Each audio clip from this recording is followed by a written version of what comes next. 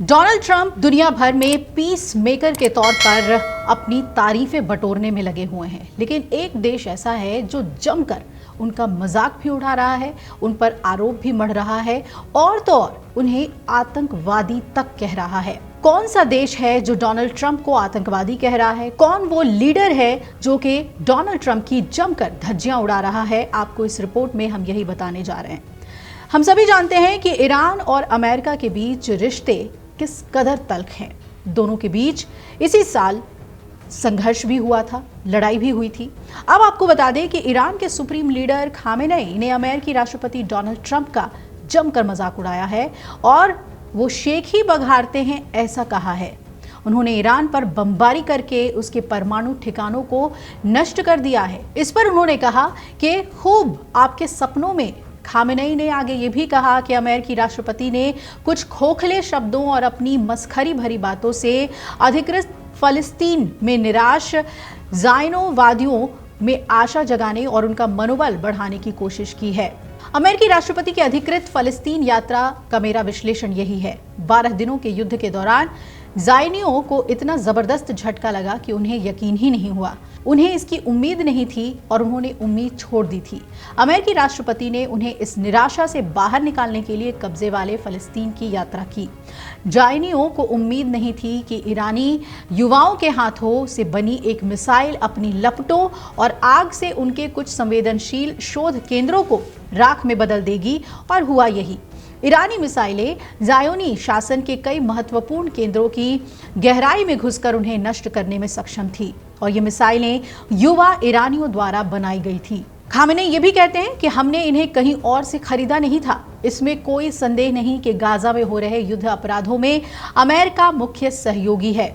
अमेरिकी संसाधन और हथियार ज़ायोनी शासन को प्रचुर मात्रा में उपलब्ध कराए गए हैं ताकि उन्हें गाजा के निहत्थे लोगों पर गिराया जा सके। इस अपराध में अमेरिका भी एक सहयोगी है। अमेरिकी राष्ट्रपति कहते हैं कि वो आतंकवाद से लड़ रहे हैं, लेकिन इन हमलों में तो 20,000 से ज्यादा बच्चे और शिशु शहीद हुए हैं। क्या ये बच्चे आतंकवादी थे? खामेनेई का आरोप ये सामने आया कि आप आतंकवादी हैं। जी हाँ, उन्होंने ट्रंप को आतंकवादी कहा और कहा कि अमेरिकी राष्ट्रपति कहते हैं कि वो आतंकवाद से लड़ रहे हैं। 4 साल, 5 साल और नवजात शिशुओं तक के बच्चों को आपने 20,000 से ज्यादा लोगों को मार डाला है। क्या ये बच्चे आतंकवादी थे?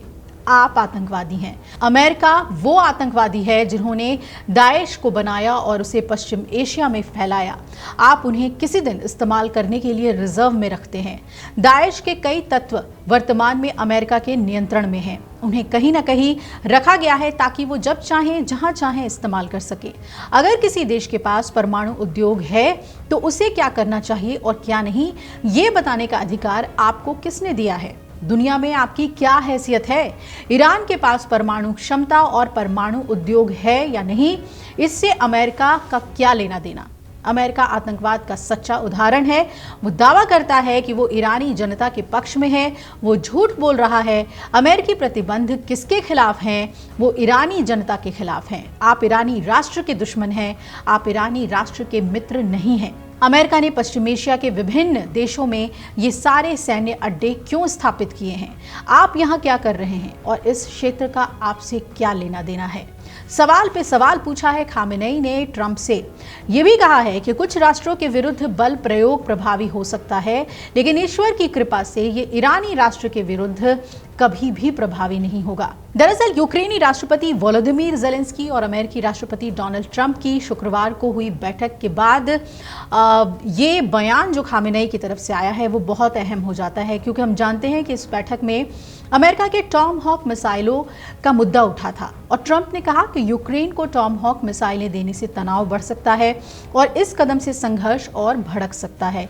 इसलिए फिलहाल उन्होंने यूक्रेन को ये मिसाइल देने से मना कर दिया। आपको बता दें कि ट्रंप ने जब मीडिया से बातचीत की तो उन्होंने कहा कि जब इजराइल और ईरान के बीच 12 दिनों की लड़ाई चली थी तब अमेरिका ने ईरान के परमाणु ठिकानों पर हमला किया था, और उन्होंने कहा कि टॉम हॉक मिसाइलें अद्भुत हथियार हैं। युद्ध में अगर आप सटीकता चाहते हैं तो ये सबसे प्रभावी हथियारों में से एक है। उन्होंने ये भी साफ किया था कि इस हमले में 30 टॉम हॉक मिसाइलें इस्तेमाल की गई थी। ट्रंप ने इसे शक्तिशाली और बेहद खतरनाक हथियार बताया था।